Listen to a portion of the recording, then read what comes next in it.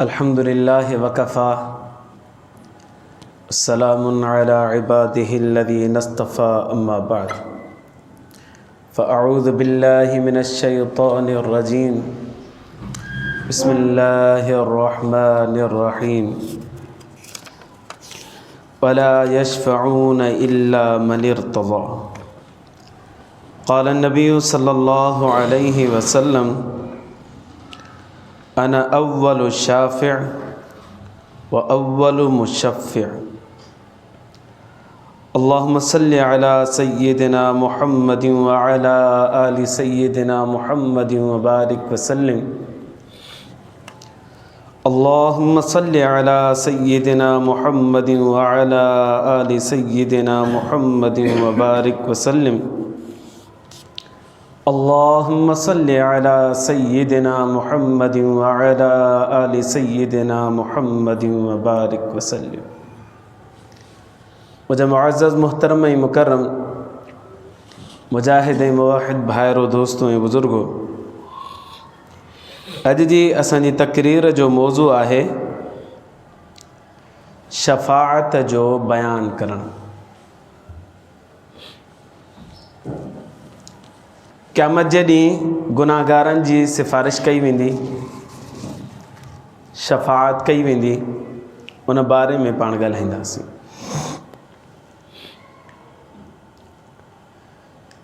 जेको सिफ़ारिश कंदो उनखे शफ़ी चइबो आहे ऐं जंहिंजे हक़ में सिफ़ारिश कई वेंदी उनखे मशफ़ूअ चइबो आहे अरबी में।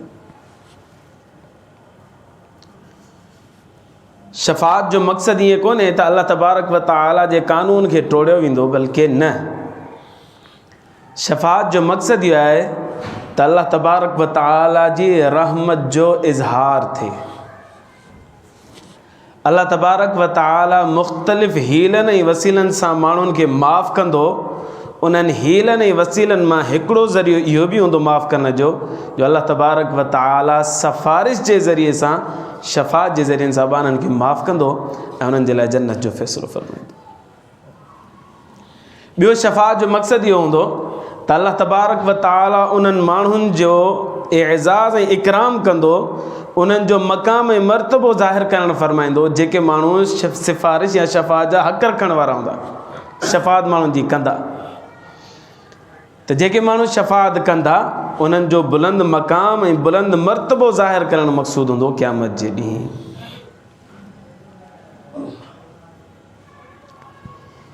हिकिड़ो अक़ीदो अहले ईमान जो आहे शफ़ाअत जे बारे में, ऐं हिकिड़ो अक़ीदो मुशरिकीन मक्का जो बि हो शफ़ाअत जे बारे में। पर ॿिन्ही में शफ़ाअत आहे सही, पर थोरो फ़र्क़ु आहे। मुशरिकीन मक्का जो ख़्यालु हूंदो हुयो त शफ़ाअत जेका क़यामत जे ॾींहुं थींदी उहा कहारी शफ़ाअत हूंदी। असांजा जेके बुत आहिनि या जिन खे असां मञूं था, पूॼा कयूं था पिया, इहे शफ़ाअत कंदा, पर शफ़ाअत कहारी कंदा। कहारी जो मतिलबु इहो आहे त माना अल्लाह सां विड़ी पवंदा ऐं ज़बरदस्ती शफ़ाअत कंदा। अल्लाह राज़ी रहे या नाराज़ रहे, शफ़ाअत कंदा उहे, ऐं उहा शफ़ाअत क़बूल थींदी। अहले ईमान जो चवणु आहे न, ईअं कोन्हे, बल्कि ग़ैर कहारी शफ़ाअत हूंदी। अल्लाह साईं इजाज़त ॾींदो त माण्हू शफ़ाअत कंदा, अल्लाह इजाज़त न ॾींदो त माण्हू शफ़ाअत न कंदा। अल्लाह जंहिंजे हक़ में चवंदो हिन जी सिफ़ारिश कयो त उन जी सिफ़ारिश थींदी, जंहिंजे बारे में फ़रमाईंदो हिन जी सिफ़ारिश न कयो त उन जे बारे में सिफ़ारिश बि कोन थींदी।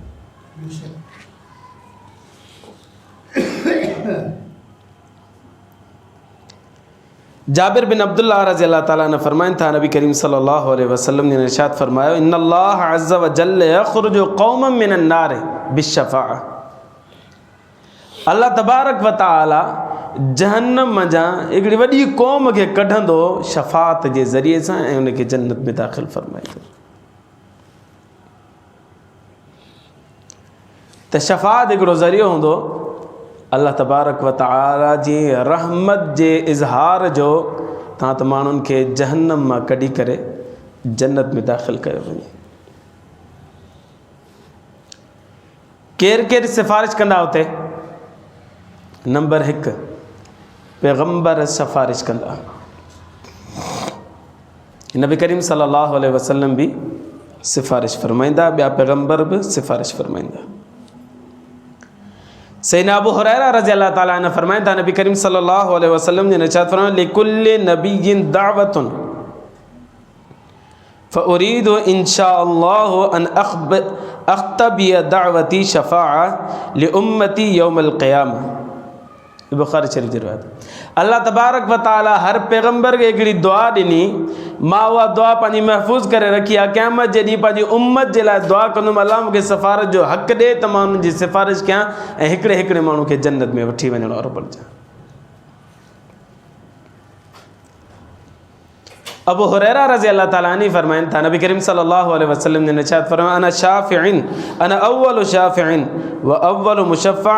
सभ खां पहिरीं क़यामत जे ॾींहुं मां सिफ़ारिश कंदुसि ऐं सभ खां पहिरीं मुंहिंजी ई सिफ़ारिश क़यामत जे ॾींहुं क़बूल कई वेंदी। जीअं नबी करीम सल्लल्लाहु अलैहि वसल्लम ने शफ़ाअत फरमाईंदा, अहिड़े नमूने सां ॿिया पैगम्बर बि पंहिंजी पंहिंजी उम्मतुनि जी शफ़ाअत कंदा। नंबर 2, सालिहीन जेके नेकोकार आहिनि उहे बि शफ़ाअत कंदा। सालिहीन जे अंदरि कई कैटेगरीज़ अचनि थियूं पियूं। नंबर 1, मिक़दाम बिन मादी करूब रज़ियल्लाहु अन्हु फरमाइनि था नबी करीम सल्लल्लाहु अलैहि वसल्लम ने इरशाद फरमायो त उम्मत जो जेको माण्हू शहीद थियो हूंदो जिहाद जे अंदरि उहो पंहिंजे 70 माइटनि जी सिफ़ारिश क़यामत जे ॾींहुं अल्लाह तबारक व ताला जे साम्हूं कंदो ऐं अल्लाह साईं उन जी शफ़ाअत खे क़बूल फरमाईंदो। हदीस मुबारका तिरमिज़ी आहे, इन में अल्फाज़ आहिनि त उहो पंहिंजे माइटनि जी कंदो, ॿारनि माण्हुनि जो लफ़्ज़ न आहे लिखियलु। इन करे शहीद जेको आहे क़यामत जे ॾींहुं 70 माण्हुनि जी शफ़ाअत कंदो, उहो बि पंहिंजा माइट हूंदसि ऐं जिन खे अल्लाह साईं फरमाईंदो इन जी कर उन्हनि जी ई शफ़ाअत कंदो। नंबर 2, हाफ़िज़ क़ुरान। नबी करीम सल्लल्लाहु अलैहि वसल्लम ने इरशाद फरमायो हिकिड़ो माण्हू क़ुरान शरीफ़ खे यादि करे छॾियो आहे त अल्लाह तबारक व ताला उन जी क़यामत जे ॾींहुं 10 माण्हुनि जी सिफ़ारिश क़बूल फरमाईंदो।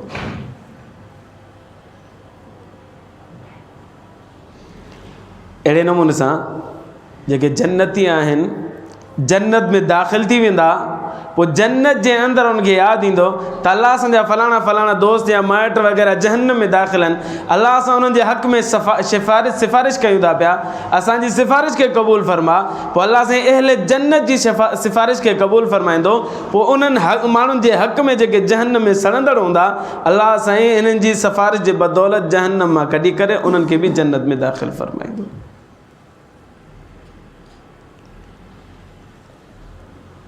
शहीद भी सिफ़ारिश कंदो, हाफ़िज़ भी सिफ़ारिश कंदो ऐं जन्नती भी सिफ़ारिश कंदा। अहिड़े नमूने सां फ़रिश्ता भी क़यामत जे ॾींहुं सिफ़ारिश कंदा। ये तो कुरान मुक़द्दस में लिखियलु आहे। अल्लाह से फरमायो वला यशफ़ऊन इल्ला लिमन इर्तज़ा। फ़रिश्ता जेके आहिनि न इहे कंहिंजी बि सिफ़ारिश न कंदा, हा उन जी कंदा जंहिंसां अल्लाह से राज़ी हूंदो। अल्लाह से फरमाईंदो हिन जी कयो, उन जी कंदा, हिन जी कयो, उन जी कंदा, हिन जी कयो, उन जी कंदा। वहुम मिन ख़शियतिही मुशफ़िक़ून। बाक़ी फ़रिश्तनि जो पंहिंजो ई हाल आहे त अल्लाह जे ख़ौफ़ खां ईअं लर्ज़नि था, ॾकनि था पिया, परेशान आहिनि वीचारा।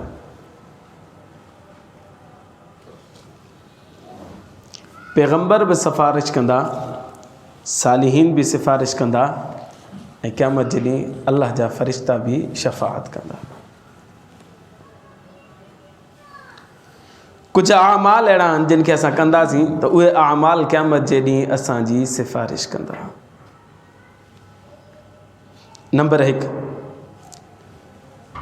हदीस बारका में अचे तो नबी करीम सल्लल्लाहु अलैहि वसल्लम ने इरशाद फरमायो रोज़ो ऐं क़ुरान ई क़यामत जे ॾींहुं रोज़े रखण वारे ऐं क़ुरान जी तिलावत करण वारे जी सिफ़ारिश कंदा। अस्सियाम वल क़ुरान यशफ़आन लिल अब्द यौमल क़ियामह। नबी करीम सल्लल्लाहु अलैहि वसल्लम ने इरशाद फरमायो रोज़ो ऐं क़ुरान क़यामत जे ॾींहुं सिफ़ारिश कंदो पंहिंजे अमल ते, पंहिंजे करण वारनि जे लाइ। जेको रोज़ो हूंदो न क़यामत जे ॾींहुं मुतशकिल थी करे अल्लाह जे साम्हूं बीहंदो ऐं फरमाईंदो अल्लाह मूं हिन खे सॼो ॾींहुं बुख रखण ते मजबूर, बुख बर्दाश्त करण ते मजबूर कयो, शहवानी ऐं नफ़सानी ख़्वाहिशात खां परे रखियो। अल्लाह हिन मुंहिंजे मथां अमल कयो, मां हाणे सिफ़ारिश कयां थो, मुंहिंजी सिफ़ारिश हिन जे हक़ में क़बूल फरमा। पोइ अल्लाह तबारक व तआला रोज़े जी सिफ़ारिश क़बूल फरमाईंदो ऐं रोज़ेदार जे हक़ में क़बूल थींदी ऐं हुन जे लाइ जन्नत जो फ़ैसिलो फरमाईंदो। अहिड़े नमूने सां क़ुर बि ईंदो, फरमाईंदो अल्लाह हिन दुनिया जे अंदरि मूंखे सुठे तिलावत सां पढ़ियो ऐं मूंखे दिलि सां लॻायईं ऐं अधु राति जो उथी करे पढ़ंदो हो ऐं मुंहिंजे पढ़ण में हुन मगन रहंदो हो ऐं ॾाढो शौक़ु ऐं मुहबत सां पढ़ंदो हो। अल्लाह मुंहिंजी सिफ़ारिश क़बूल फरमा। पोइ अल्लाह साईं क़ुर जी बि सिफ़ारिश क़बूल फरमाईंदो ऐं पढ़ण वारे जे लाइ जन्नत जो फ़ैसिलो फरमाईंदो। त रोज़ो बि सिफ़ारिश कंदो ऐं क़ुर बि सिफ़ारिश कंदो। हदीस मुबारक में अचे तो नबी करीम सल्लल्लाहु अलैहि वसल्लम ने इरशाद फरमायो सूरतुल बकरा ऐं सूरत आल इमरान इन ॿिन्हिनि जी बि सिफ़ारिश क़यामत जे ॾींहुं क़बूल फरमाईंदो। नबी करीम सल्लल्लाहु अलैहि वसल्लम ने इरशाद फरमायो त अल्लाह जो बानो जेको सूरत बकरा पढ़ंदड़ हूंदो ऐं सूरत आल इमरान पढ़ंदड़ हूंदो, क़यामत जे ॾींहुं इहे ॿई सूरतूं उन जे अॻियां अॻियां हलंदियूं। मौलवी साहब पोयां इहे ॿई सूरतूं अॻियां ईअं हलंदियूं। नबी सल्लल्लाहु अलैहि वसल्लम ने इरशाद फरमायो जीअं झोड़ो हूंदो आहे, बादल हूंदो आहे, अॻियां अॻियां छांवरो करे हलंदो आहे, अहिड़े नमूने सां इहे ॿई सूरतूं छांवरे कंदड़ हलंदियूं ऐं इन बाने खे बचाईंदियूं। अल्लाह जी दरबार में सिफ़ारिश कंदियूं, अल्लाह हे असांखे शौक़ सां पढ़ंदो, असांजी सिफ़ारिश क़बूल फरमा। अल्लाह साईं नबी साईं फरमायो हिननि जी अल्लाह साईं सिफ़ारिश क़बूल फरमाईंदो।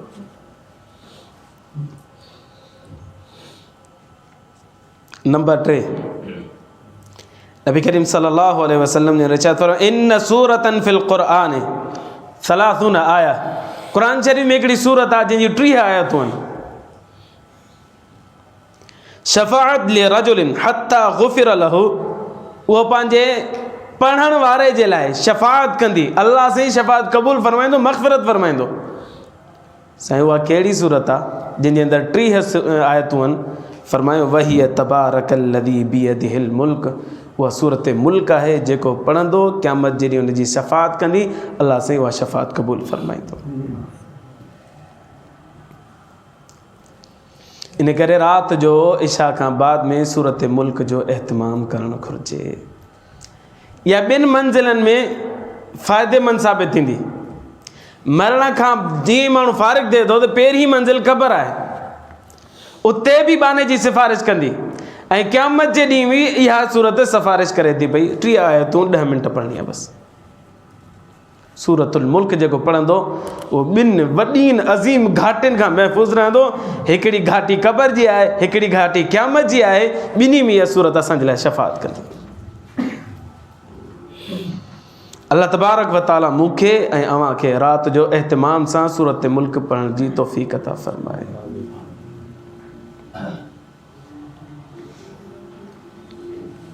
क़यामत जे ॾींहुं अल्लाह तबारक व तआला बि शफ़ाअत कंदो। ही वरी अजीब शफ़ाअत हूंदी। अबू सईद खुदरी रज़ी अल्लाह ताला अन्हु फरमाइनि था नबी करीम सल्लल्लाहु अलैहि वसल्लम ने इरशाद फरमायो शफ़ाअतिल मलाइका, फ़रिश्ता भी शफ़ाअत कंदा। व शफ़अल नबियून, नबियन भी शफ़ाअत कई। अल्लाह तबारक व तआला क़यामत जे ॾींहुं फरमाईंदो फ़रिश्तनि भी शफ़ाअत करे छॾी, नबियन भी शफ़ाअत करे छॾी। व शफ़अल मुमिनून, मोमिनन भी शफ़ाअत करे छॾी। वलम यबक़ इल्ला अरहमुर राहिमीन, हाणे सिर्फ़ु हिकिड़ी ज़ात बची आहे, उन ज़ात खे अरहमुर राहिमीन चइबो आहे। फ़यक़बदु क़ब्ज़तम मिनन नार, पोइ अल्लाह साईं पाण शफ़ाअत कीअं कंदो? अल्लाह तबारक व तआला पंहिंजी रहमत जी हिकिड़ी मुठ जहन्नम मां गुनाहगारनि जी भरींदो। फ़यख़रुजु मिनहा क़ौमन लम यअमलु क़त्तु, या उहा क़ौम हूंदी जंहिं दुनिया जे अंदरि नेकी ज़रे बराबरि बि न कई हूंदी। अल्लाह तबारक व तआला उनखे जहन्नम मां पंहिंजी रहमत जो हथ विझी करे कढंदो ऐं उन्हनि खे जन्नत में दाख़िल फरमाईंदो। इहा हूंदी अल्लाह तबारक व तआला जी शफ़ाअत। इहा हदीस जॾहिं मूं पढ़ी पे त मूं ॾिठो त कहिड़ा माण्हू हूंदा जिन खे अल्लाह तबारक व तआला शफ़ाअत कंदो। तवज्जो ॾियण सां हदीस में ई ख़बर पई त नबी सल्लल्लाहु अलैहि वसल्लम फरमाया लम यअमलु क़त्तु ज़रे बराबरि उन्हनि जो अमल नेकी जो कोन हूंदो। ऐं हुते अलाह तबारक व तआला पंहिंजो कहिड़ो नालो ज़ाहिर फरमायो। अलाह साईं फरमाईंदो त सभिनीनि शफ़ात करे जॾहिं बाक़ी हिकिड़ी ज़ात रहे थी जंहिंजो नालो आहे अरहमुर राहिमीन। अलाह साईं पंहिंजो नालो उन ॾींहुं इन लफ़्ज़ सां ज़ाहिर फरमाईंदो त सभिनी रहम करण वारनि खां वधीक रहम करण वारो मां अलाह तबारक व तआला रहियल आहियां, हाणे मां शफ़ात कंदुसि। ऐं अलाह जी जेका रहमत जी मुठ हूंदी उन में घणा गुनाहगार ईंदा, लातादाद गुनाहगार ईंदा जिन खे अलाह साईं जहन्नम खां कढी करे जन्नत में दाख़िल फरमाईंदो। पर हिकिड़ो अक़ीदो तव्हां असांखे अपनाइणु घुरिजे जंहिंजे करे तव्हां या असांखे फ़रिश्तनि जी या पैगम्बरनि जी या नबी करीम सल्लल्लाहु अलैहि वसल्लम जी या मोमिननि जी या अलाह तबारक व तआला जी सिफ़ारिश जा मुस्तहिक़ बणिजी सघूं था। उहो इहो हुजे जो पंहिंजो पाण खे तौहीद वारो कजे ऐं शिरक खां पाक कजे। मुशरिक जी शफ़ात कोन्हे। नबी सल्लल्लाहु अलैहि वसल्लम फरमायो क़यामत जॾहिं मुशरिक जी शफ़ात कोन थींदी। जेको शिरक कंदो अलाह तबारक व तआला जी ज़ात सां इन जी शफ़ात मुमकिन ई कोन्हे, बसि दरवाज़ो बंदि आहे हुनजे लाइ। इन करे मूंखे ऐं अव्हांखे घुरिजे त अक़ीदो ठाहियूं मुश्किल कुशा हाजत रवा आलिमुल ग़ैब मुख़्तार कुल जेकॾहिं का ज़ात आहे तो अलाह तबारक व तआला, बसि ॿियो केरु बि कोन्हे। मुसीबतुनि में परेशानियुनि में जेकॾहिं असांखे छुटकारो केरु ॾियण वारो आहे तो अलाह तबारक व तआला आहे। बीमारियुनि खां शिफ़ा ॾियण वारो जेकॾहिं केरु आहे तो अलाह तबारक व तआला आहे। पुट ऐं न्याणियुनि जी औलादनि जा ख़ज़ाना जेकॾहिं कंहिं वटि आहिनि तो अलाह तबारक व तआला वटि आहिनि। इन खां अलावा ॿिए जे लाइ मञींदासीं त शिरक थी पवंदो। मुशरिक जे लाइ शफ़ात जो दरवाज़ो ई बंदि आहे। नबी सल्लल्लाहु अलैहि वसल्लम फरमायो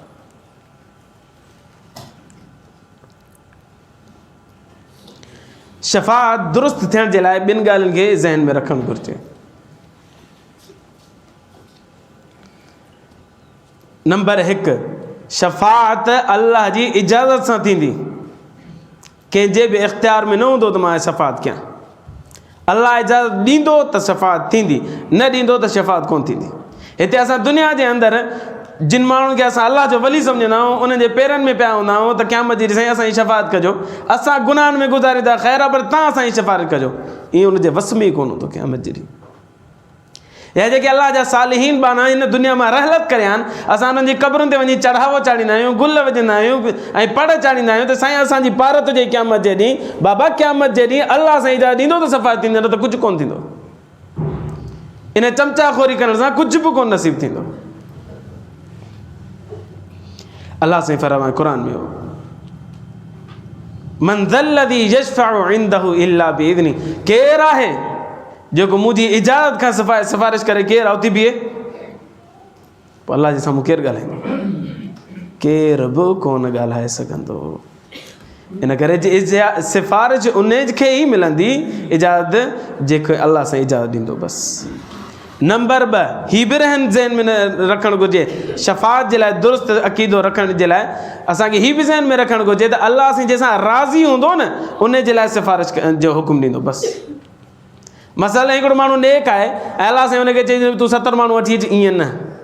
अलाह साईं हुनखे माण्हू चूंडे ॾींदो, हिन जी बि कर, हिन जी बि कर, हिन जी बि कर, हिन जी बि कर त कंदो, न त ॿिए कंहिंजे लाइ कोन कंदो।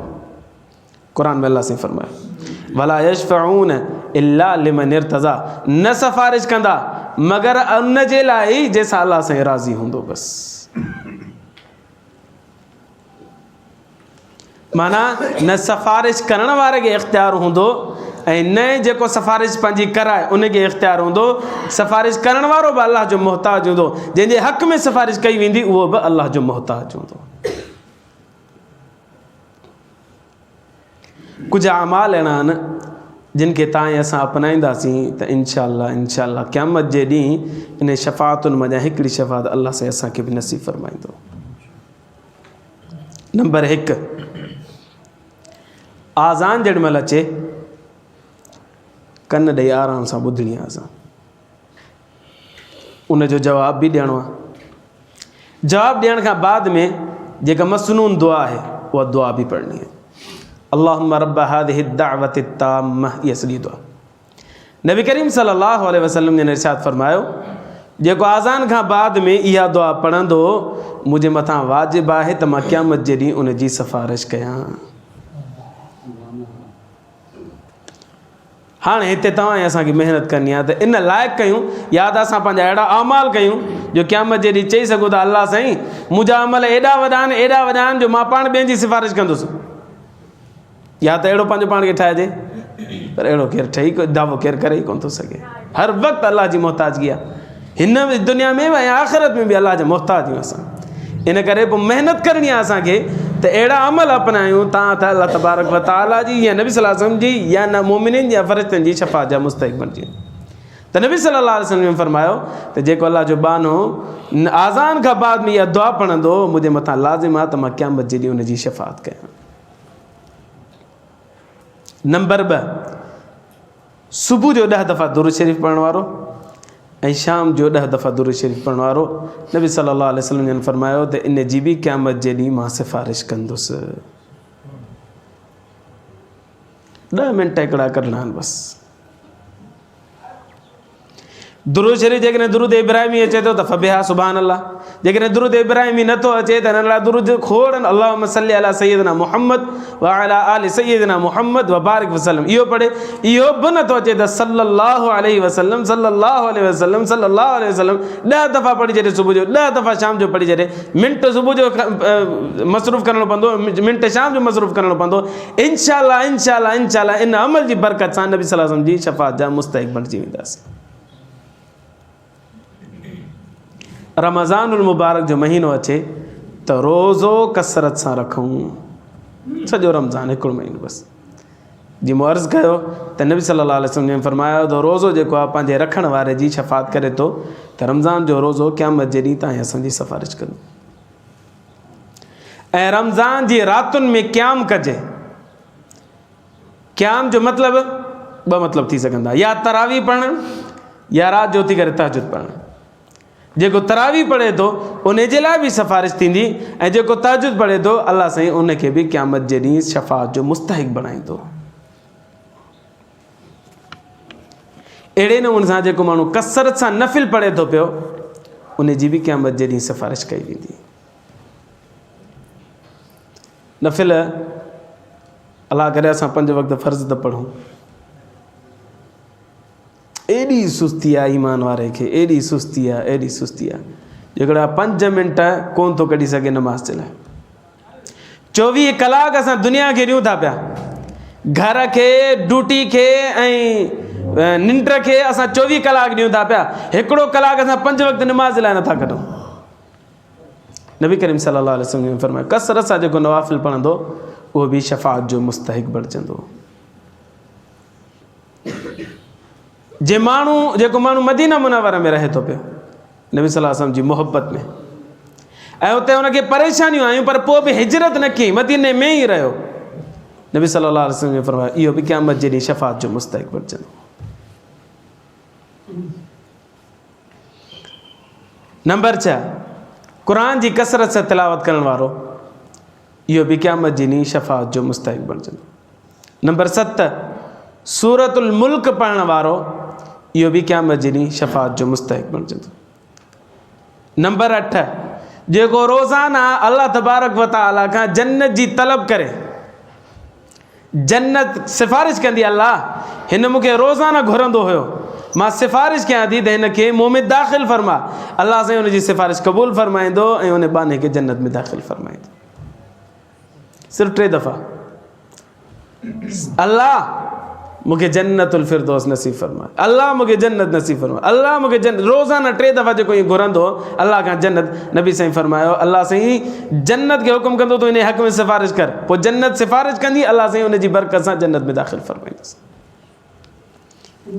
ऐं नंबर आख़िरी जेको रोज़ाना जहन्नम खां पनाह घुरे, अल्लाह तबारक व तआला खे चए अल्लाह साईं मूंखे जहन्नम खां महफ़ूज़ फरमा, अल्लाह मूंखे जहन्नम खां महफ़ूज़ फरमा, अल्लाह मूंखे जहन्नम खां महफ़ूज़ फरमा। जेको रोज़ाना 3 दफ़ा ईअं चवंदो त जहन्नम उन माण्हू जे बारे में सिफ़ारिश कंदी। अल्लाह ही रोज़ाना 3 दफ़ा दुआ घुरंदो।